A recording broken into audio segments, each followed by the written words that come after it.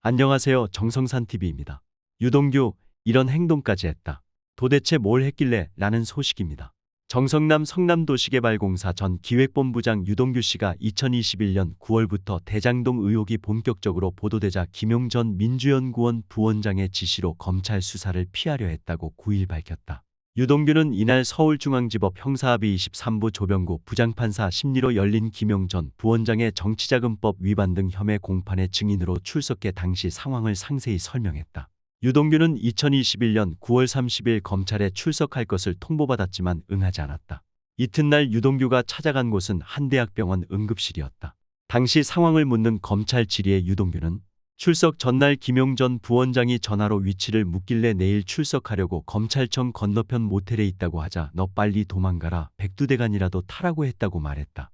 유동규 증언에 따르면 당시 김용 전 부원장은 열흘만 있다가 와라. 그때쯤 경선이 끝나 우리 세상이 되면 방어가 된다. 우리 정보에 의하면 너는 즉시 구속되니까 무조건 도망가라고 종용했다. 유동규가 침낭도 없는데 백두대간을 어떻게 타느냐. 산짐승도 무섭다고 하자 김용 전 부원장이 배탈이라도 나서 병원에 가라. 그러면 널 안 건드리는 것으로 합의가 됐다고 말했다는 게 그의 주장이다.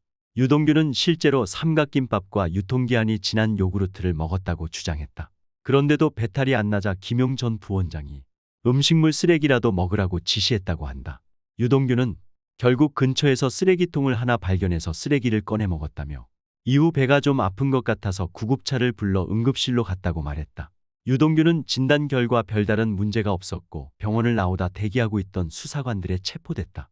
검찰이 유동규에게 피의자 조사에선 김용 전 부원장이 지시한 도주 장소가 백두대간이 아니라 태백산맥이라고 했다고 지적하자 유동규는 어찌됐든 도망가라고 한 것은 맞다고 답했다. 유동규는 검찰이 김용 전 부원장이 열흘만 버티라고 한 이유가 무엇인가고 재차 묻자 이재명이 대통령 후보되면 아무도 못 건드린다는 취지라고 말했다. 또한 유동규 전 성남도시개발공사 기획본부장이 지난 10년간 이재명을 위해서 산다고 스스로 세뇌면서 이 때문에 김용 전 민주연구원 부원장에게 불법 선거 자금을 전달했다고 주장했다. 유동규 전 본부장은 9일 서울중앙지법 형사 23부 재판장 조병구 심리로 열린 김용 전 부원장 공판의 증인으로 나와 더불어민주당 이재명 대표의 대선 경선 자금으로 6억 원을 전달한 배경에 관해 증언했다. 유동규 전 본부장은 대장동 사업 수익 428억 원 약정 의혹과 관련해 김만배 씨의 대장동 지분 절반가량을 돈으로 받아 이재명 대표 측에 전달하기로 했다는 기존 주장도 재확인했다. 유동규 전 본부장은 이재명 대표에게도 김만배 씨의 지분 절반을 받기로 했다는 것이 보고됐나라는 검찰 질문에 서로 다 공유했다고 답했다. 돈의 사용처에 대해선 저희 목표가 이재명 대표를 대통령으로 만드는 거였고 그걸 위한 자금으로 쓰자고 했다고 밝혔다. 2021년 9월 검찰 조사가 본격화한 이후 김용 전 부원장으로부터 도주 지시를 받았다고도 했다. 유동규 전 본부장의 검찰 소환 전날 김용 전 부원장이 열흘만 있다가 와라. 그때쯤 경선이 끝나 우리 세상이 되면 방어가 된다. 우리 정보에 의하면 너는 즉시 구속되니까 무조건 도망가라고 했다는 것이다. 그의 주장에 따르면 김용 전 부원장은 배탈이라도 나서 병원에 가라. 그러면 널 안 건드리는 것으로 합의가 됐다고 말했고 유동규 전 본부장은 실제 유통기한이 지난 요구르트와 휴지통에 있던 쓰레기까지 주워 먹었다. 이후 복부에 통증을 느낀 유동규 전 본부장은 구급차를 타고 응급실에 갔다고 한다. 진단 결과 별다른 문제가 없었고 병원을 나오던 그는 대기하던 수사관들에 체포됐다. 유동규 전 본부장은 2021년부터 검찰 조사를 받다가 지난해 10월이 돼서야 이재명 대표에게 불리한 진술을 한 이유를 배신감 때문이라고 주장했다.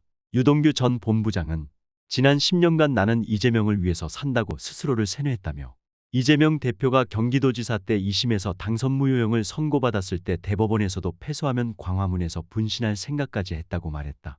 하지만 구속된 자신을 이용하려는 목적으로 이재명 대표 측이 변호사를 보내면서 심경의 변화가 생겼다는 게 그의 설명이다.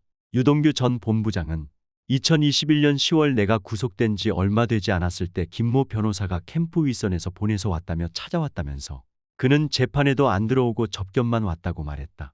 그러면서 제 변호를 하러 온 게 아니고 다른 사람에 관해 제가 아는 정보를 많이 물어봤다. 나중에 보니 경기도 고문 변호사였다고 설명했다. 이재명 대표 측에서 변호사를 보내지 않았다면 그 상태 세뇌 상태에 머물렀을 수 있다고도 부연했다. 유동규 전 본부장은 김용 전 부원장에게 자금을 전달했던 상황에 대해서도 상세히 설명했다. 2021년 6월 광교호수공원 부근에서 3억 원을 전달할 당시 집 앞 버스 정류장에 잠시 정차할 수 있어서 김용 전 부원장과 거기서 보자고 했다며 돈이 무거워서 쇼핑백 2개를 겹쳐서 넣다 보니 위가 벌어졌다.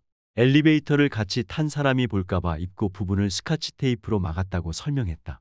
한편 대장동 개발 비리 의혹을 수사 중인 검찰은 이재명 대표의 기소 시점을 저울질하고 있다. 검찰 관계자는 이날 이재명 대표 구속영장이 기각된 이후에도 대장동 사건 관련 보강 수사를 진행하고 있다며 재반 사항을 종합적으로 검토해서 구체적인 처리 시기 및 방식을 결정할 예정이라고 밝혔다. 여러분들의 생각은 어떤가요? 댓글로 남겨주세요. 이상으로 오늘의 소식을 마치도록 하겠습니다. 정성산TV는 자유민주주의를 지키겠습니다. 구독과 좋아요, 알림 설정 부탁드립니다. 감사합니다.